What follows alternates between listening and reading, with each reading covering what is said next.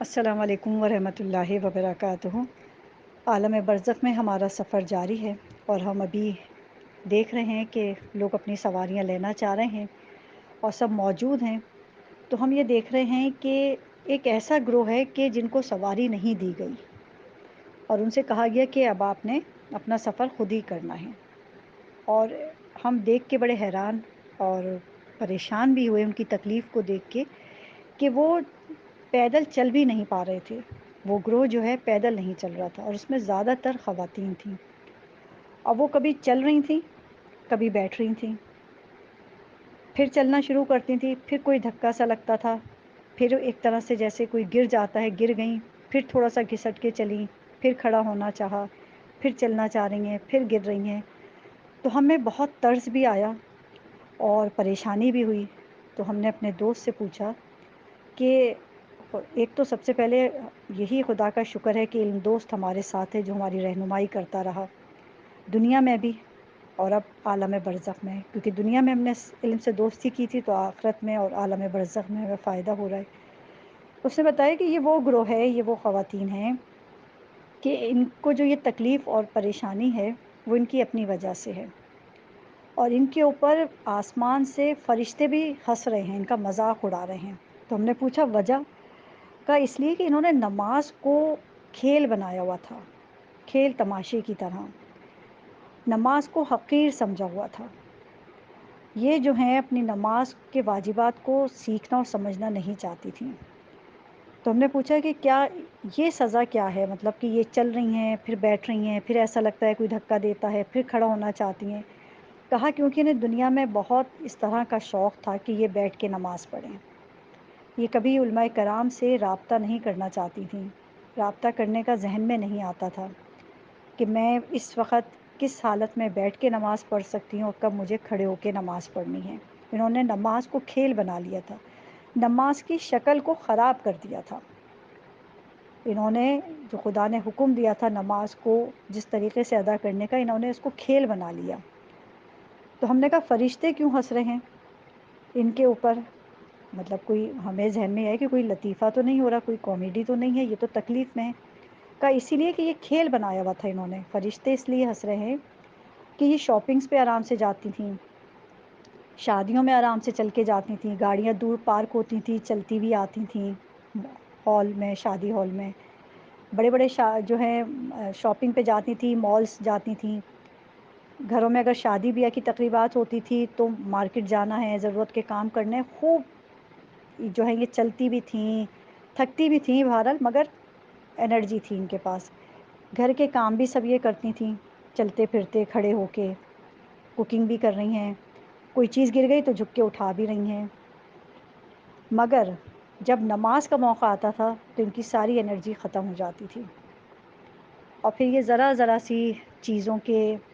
سہارے لے کے کہ کمر میں تکلیف ہے، گھٹنے میں پرابلم ہے، جھکنے میں مسئلہ ہے، زیادہ دیر کھڑے ہونے میں مسئلہ ہے۔ تو ہم نے کہا یہ مسائل تو ہوتے ہیں، خواتین کو، مردوں کو یہ مسائل ہوتے ہیں، کبھی بیماری کے بعد بھی ہوتے ہیں، تو ان کے ساتھ رعایت کیوں نہیں یہاں پہ کی جا رہی، کیا مسئلہ ہے؟ تو کہا کہ عالم برزخ میں رعایت کا مسئلہ اس لیے نہیں ہے کہ یہاں کوئی جزا اور سزا کا مسئلہ نہیں ہے، وہ روز محشر ہے۔ یہاں جو دنیا میں اعمال کیے ہیں اس کے اثرات ہیں کہ انہیں بہت شوق تھا بیٹھ کے نماز پڑھنے کا، تب یہ بیٹھ جاتی ہیں، انہیں دھکا لگتا ہے ایک طرح سے چلتے ہوئے تو یہ گرتی ہیں اور بیٹھ جاتی ہیں، پھر بیٹھ کے تھوڑا سا چلتی ہیں، پھر کھڑے ہونے کی کوشش کرتی ہیں، پھر بیٹھ جاتی ہیں۔ یہ جو دنیا کی ان کی اٹھک بیٹھک تھی وہ یہاں پہ عالم برزخ میں ان کو محسوس کرائی جا رہی ہے کہ انہوں نے نماز کے مسائل کو سیکھا نہیں، کہ کہاں پہ ان کو کس طرح سے اپنی نماز پڑھنی تھی۔ مستحب نماز بیٹھ کے پڑھ سکتے ہیں، بالکل شریعت نے اجازت دی تھی، کھڑے ہو کے پڑھیں بہت اچھا ہے، ورنہ بیٹھ کے بھی پڑھ سکتے ہیں، نماز صحیح ہے۔ مگر واجب نماز اور قضا نمازیں، اپنی قضاء عمری کی نماز اور واجب نماز کھڑے ہو کے ہی پڑھنی تھی۔ اس میں بھی کہ اگر کسی کو جھکنے میں پرابلم ہے، اگر کسی کو سجدے میں جانے میں پرابلم ہے، کسی کو تشہد میں بیٹھنے میں پرابلم ہے، تو ہر چیز کے الگ احکام تھے، انہیں وہ سیکھنے تھے۔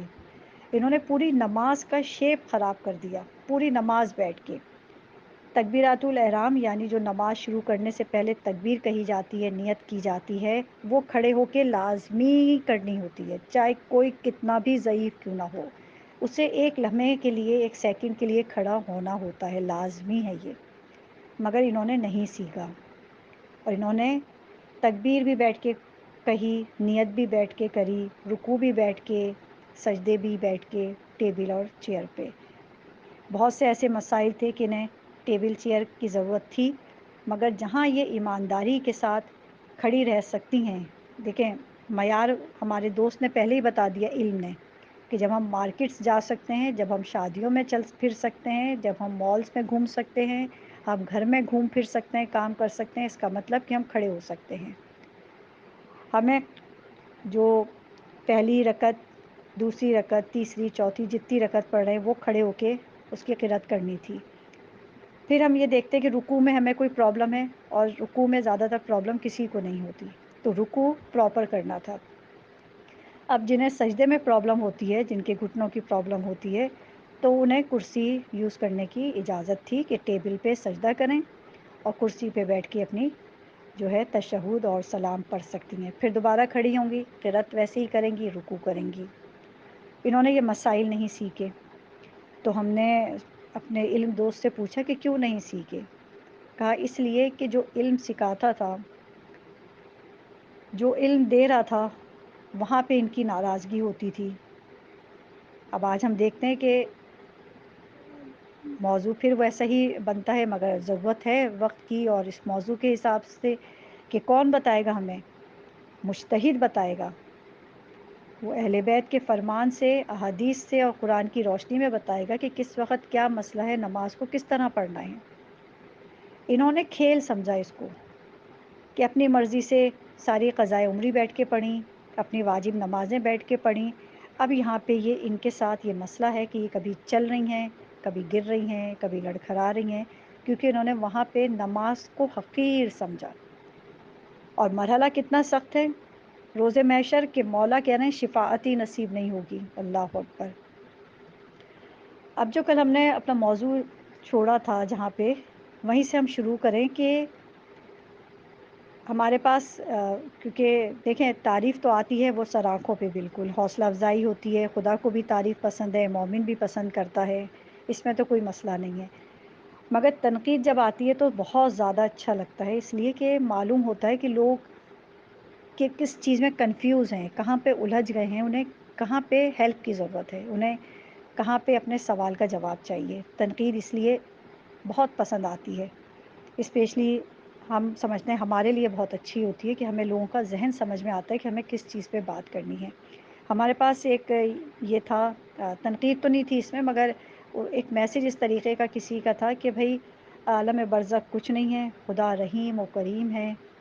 خدا گناہوں کو بخش دیتا ہے، اور آپ توبہ استغفار کرتے رہیں بس۔ تو فرشتے ان پر بھی ہنس رہے ہیں، ان کا بھی مذاق اڑا رہے ہیں کہ یہ خدا کے ساتھ مذاق اڑاتے تھے، خدا کے ساتھ مذاق کرتے تھے کہ گناہ کر رہے ہیں توبہ کر رہے ہیں، گناہ کر رہے ہیں توبہ کر رہے ہیں، گناہ کر رہے ہیں استغفار کر رہے ہیں۔ یہ انہوں نے کیا کھیل بنایا تھا؟ اب فرشتے ہنس رہے ہیں کہ اب ان کی حالت دیکھو،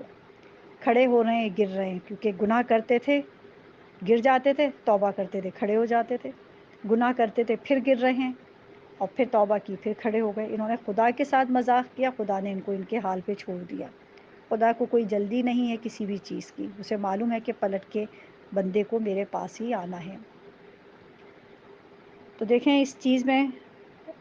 یہ موضوع عالم برزخ کا یہیں تک ابھی، کہ بیٹھ کے نماز پڑھنے کے مسائل اور خدا کے ساتھ مذاق کرنے کا کس طریقے سے انسان کو وہاں بھگتنا پڑے گا۔ ایک تو سواری نہیں ملے گی، پیدل چلنا ہے۔ اب ذرا ہم پیدل کا سفر خود بھی کرنا چاہیں گے، اب ہم نے اپنے علم دوست سے کہا کہ ہم بھی چاہتے ہیں کہ ہم دیکھیں پیدل کا سفر کیسے ہوتا ہے، ابھی ہم نے بہت آرام سے سفر کیا ہے، اب ہم کل خود بھی پیدل چلیں گے، معاملات کو دیکھیں گے کہ لوگوں کے ساتھ کیا معاملات ہو رہے ہیں، ہمارے کیا معاملات ہیں، کیا چیک پوسٹ ہیں، کیا گھاٹیاں ہیں، ہم بھی چیک کرنا چاہیں گے۔ تو سمجھ میں یہ آیا کہ خود یعنی جو بھی کام کریں آپ ایمانداری سے کریں۔ آپ ایک نماز پڑھ رہے ہیں نا، خود ایماندار ہو جائیں، جیسے ہم نے رمضان میں اپنے موضوعات بنائے تھے نا کہ ایک روزہ رکھنے والا خود ایماندار ہو جائے خدا سے، کہ میں رکھ سکتی ہوں یا نہیں، میں نماز میں مجھے کس ایکشن میں، رکوع میں، سجدے میں، تشہد میں، کس ایکشن میں مجھے تکلیف ہوتی ہے، میں ایماندار ہو جاؤں کہ خدا مجھے اس ایکشن میں تکلیف ہوتی ہے، عالم سے رجوع کروں، وہ بتائیں کہ مجھے کس طریقے سے نماز پڑھنی ہے۔ یہ کھیل نہیں ہے، یہ دین بہت قربانیوں کے بعد حاصل ہوا ہے۔ امام حسین کی بہت بڑی قربانی ہے، اتنی بڑی قربانی ہے کہ آج ہر مسلمان 5 وقت کا نمازی ہے کم سے کم، اور سب کا قبلہ جو ہے ایک ہی خانہ خدا ہے۔ یہ امام حسین کی قربانی ہے۔